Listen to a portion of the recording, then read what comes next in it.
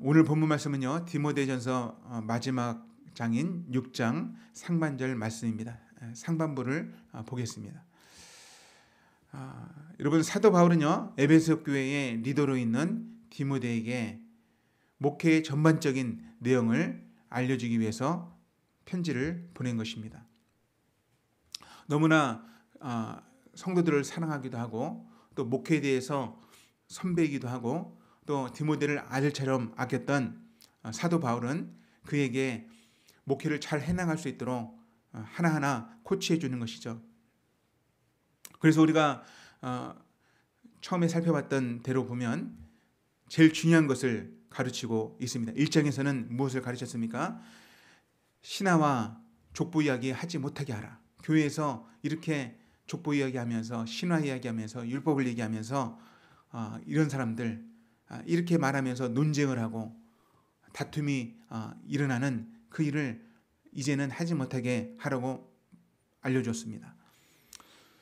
하나님께서 원하시는 건 뭡니까? 하나님께서 원하시는 것은 서로 사랑하는 것이에요. 그리고 교회를 든든히 세워가는 것이고 복음이 전파되는 것이에요. 하지만 교회가 시간이 지나자 그들이 그 사명을 잃어버리고 그 교회의 원래의 목적을 잃어버리고 엉뚱한 가르침을 받았던 것입니다. 신화와 끝없는 족보 이야기를 하면서 서로 하나님의 뜻을 이루지 못하고 다투는 일이 일어났던 것입니다. 하나님께서 원하시는 것은 청결한 마음과 선한 양심이에요. 그리고 믿음에서 나오는 사랑을 이루어가는 것, 그리고 복음이 전파되는 것, 이것이 주님께서 원하시는 것이었죠. 그래서 사도 바울은 1장에서 이 말씀을 가르쳐줬고요. 2장에서는 무엇을 가르쳤습니까? 기도에 대해서 가르쳐줬습니다. 모든 사람을 위해서 기도하라. 다른 사람을 위해서 중보기도하라. 그리고 감사하는 마음을 가지고 살아라. 왕들과 높은 지위에 있는 사람들을 위해서 너희들이 중보기도하라. 이것이 하나님께서 기뻐하는 일이다. 2장 3절에 보면 이것이 구원자 하나님을 기쁘시게 하는 일이니까 이것을 꼭 해라. 기도하라. 그리고 이어서는 무엇을 가르쳐줍니까? 하나님께서는 모든 사람들이 구원받기를 원하신다. 이것이 연결되어 있습니다. 기도할 때 나라는 안정이 되고 또 복음은 전파될 수 있는 것이죠. 이것을 사도 바울은 알았기 때문에 곧 핍박의 시대가 오지만 깨어서 기도할 것을 언급했던 것입니다. 그리고 3장부터는요. 교회의 리더를 어떻게 세워야 되는가, 교회 구성원들을 어떻게 잘 인도해야 되는가, 세우고 이끌어야 되는가, 이거에 대해서 알려줬습니다. 3장에서는 교회의 리더인 감독은 이런 사람을 세워야 한다. 교회에서 봉사하고 섬기는 그 좋은 직분인 집사를, 이런 사람을 세워야 된다. 남자 집사와 여자 집사를 이렇게 세워라. 그리고 교회의 과부에 대해서 나이가 많은 과부는 교회 몽부에 올려서 그를 도와줄 것을 언급하죠. 그리고 교회 장로에 대해서 어떻게 해야 되는지, 교회를 잘 이끄는 장로에 대해서는 이렇게 해라. 이런 교훈들을 일일이 하나씩 다 알려줬습니다. 교회 공동체는 다양한 사람들이 있기 때문에 이런 하나하나 사도 바울이 알고 있는 또 지혜와 또 경험을 통해서 그렇게 지도하고 코치했던 것입니다. 오늘 본문 말씀은요, 종에 대해서, 교회 안의 구성원 가운데 종에 대한 가르침을 잠시 언급하고 이어서는 다른 교훈을 말하는 사람들을 경계할 것을 언급하고 있습니다. 먼저 1절 2절 말씀을 보겠습니다. 1절 2절 말씀 제가 읽어드리겠습니다. 무릇 멍에 아래에 있는 종들은 자기 상전들을 범사에 마땅히 공경할 자로 알지니 이는 하나님의 이름과 교훈으로 비방을 받지 않게 하려 함이라. 믿는 상전이 있는 자들은 그 상전을 형제라고 가볍게 여기지 말고 더 잘 섬기게 하라. 이는 유익을 받는 자들이 믿는 자요 사랑을 받는 자임이라. 너는 이것들을 가르치고 권하라. 여러분, 그 당시 사회는 어떤 사회입니까? 또 그 당시에 있는 문화는 어떤 문화입니까? 여러분, 에베소 지역에 2000년 전에 그 당시에는요, 종이 있는 시대예요. 그 시대는 30%가 종이었습니다. 그래서 그 시대에 종들이요, 예수님의 그 구원의 복음을 듣고 당연히 믿죠. 그래서 에베소 지역에 있는 종들도 예수님을 믿었습니다. 그 복음, 놀라운 복음, 자유를 주고 하느님의 자녀가 되는 그 권세를 주는 그 복음을 듣고 믿었단 말입니다. 뿐만 아니라 어떤 주인들도 예수님의 복음을 듣고 하느님의 자녀가 되었습니다. 그래서 종이든 또 상전이든 예수님을 믿고 새로운 피조물이 되었고 하느님의 자녀가 되는 권세를 가졌죠. 하지만 그렇다고 해서 모두가 하나님의 자녀이지만 사회의 질서를 따르라는 것입니다. 믿는 종들은 자기 상전을 존경해야 될 것을 알려준 것이죠. 이것이 하나님의 이름과 가르침에 욕이 돌아가지 않게 하는 것이라는 것입니다. 이 가르침을 따르지 않으면 하나님의 이름을 욕되게 하는 거예요. 하나님의 말씀을 욕되게 하는 것입니다. 또 상전이 믿는 형제일 경우는 더욱 더 잘 섬겨라, 이렇게 말하고 있습니다. 이것은 노예제도를 사도 바울이 인정하는 거다, 이런 개념이 아니에요.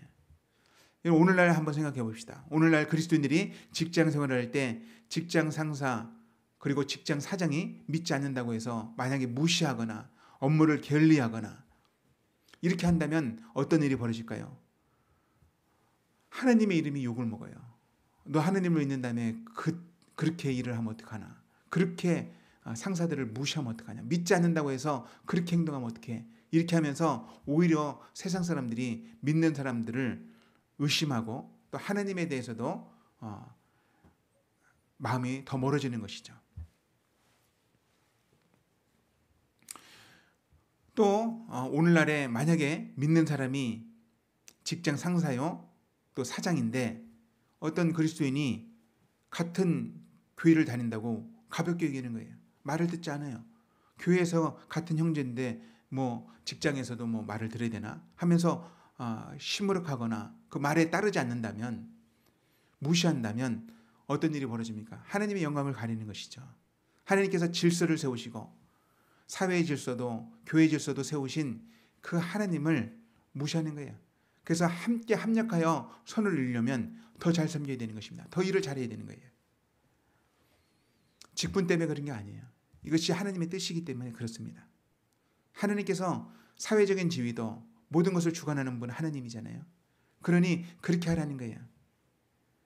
사람들이 잘 몰라서 에베소 교회에 혼란이 일어나지 않도록 디모데에게 교훈을 한 것입니다.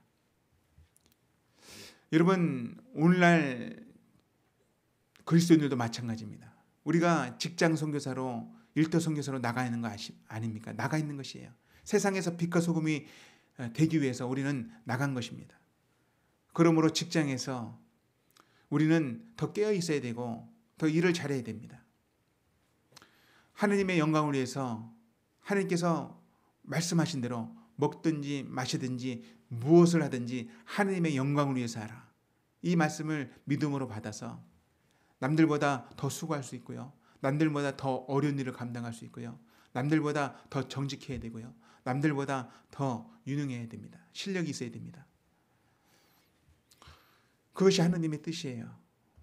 그때 하느님의 영광이 드러나고 그 사람을 통하여 영혼들이 구원받는 일을 하나님께서 일으킬 수 있는 거예요. 반대로 가면 안 된다고요. 새벽 기도를 갔다고 해서 직장에서 줄면 안 됩니다. 그리고 나는 교회를 다니기 때문에 하나님께서 책임져 줄 거 있기 때문에 대충 하면 안 됩니다. 이것은 성경과 반하는 거예요. 오늘 말씀을 통해서 다시 한번 그리스도인들이 세상에서 일터 선교사로서 직장 선교사로서 어떻게 살아가야 되는지 다시 마음을 가다듬는 은혜가 있기를 축원합니다. 하나님의 영광을 위해서 그런 것입니다. 이제 3절부터는요. 교회의 다른 교훈을 말하는 자들을 다시 경계할 것을 말하고 그들의 본질이 무엇인지, 그들의 속이 어떤 마음을 가지고 있는지 그것을 알려주고 있습니다. 3절부터입니다. 3절 말씀 제가 읽어드립니다.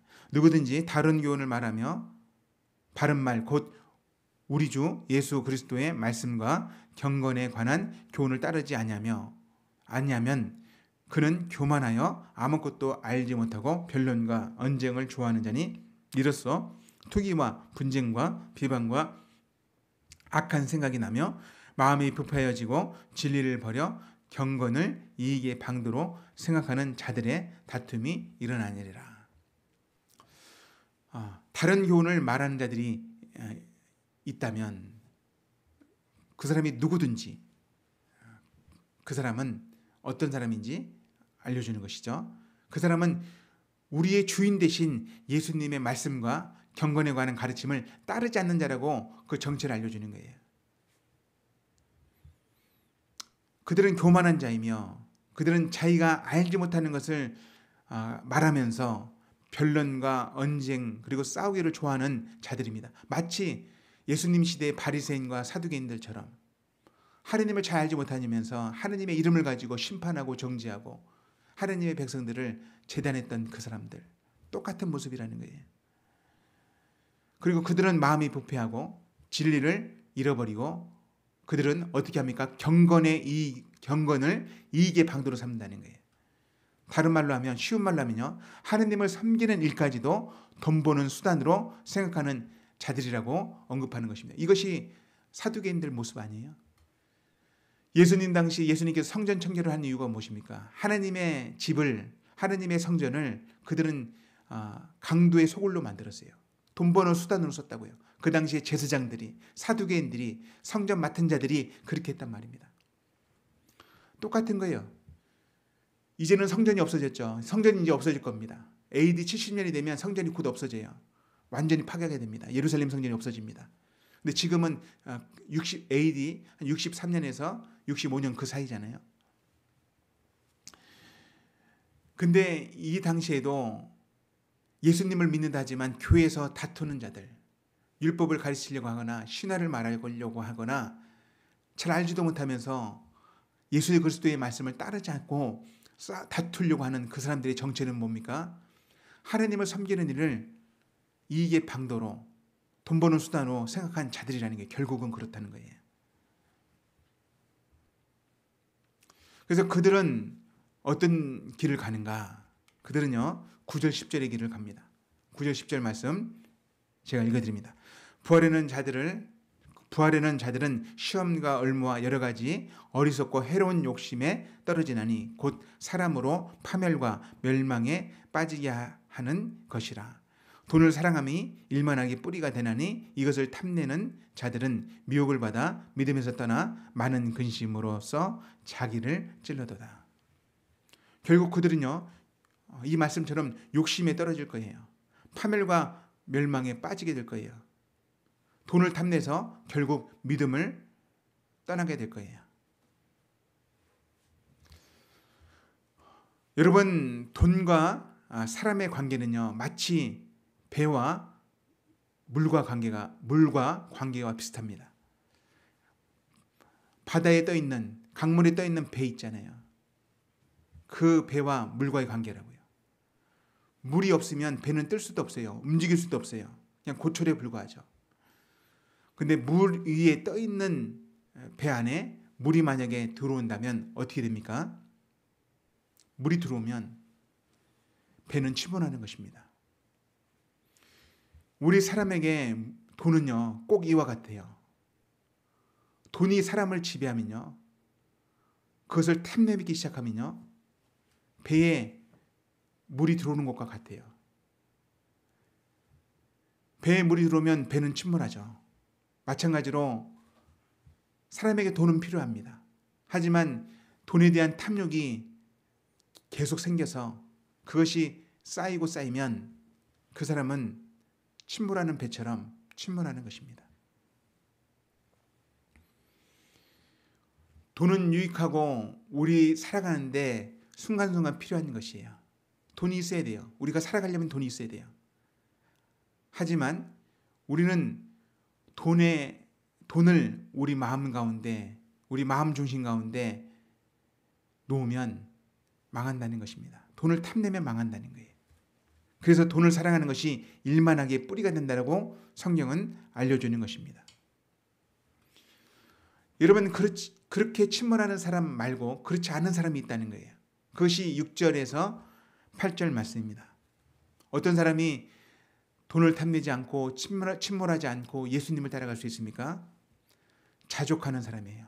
6절에 보면 그러나 자족하는 마음이 있으면 경건은 큰 이익이 되느니라. 우리가 세상에 아무것도 가지고 온 것이 없음에 또한 아무것도 가지고 가지 못하나니 우리가 먹을 것과 입을 것이 있은즉 족한 줄로 알 것이니라. 아멘. 하나님께서 주신 것에 만족하는 사람, 주어진 현실 가운데 하나님께서 공급하는 것에 만족하는 그 사람은요 하나님을 잘 섬기면서 살아갑니다.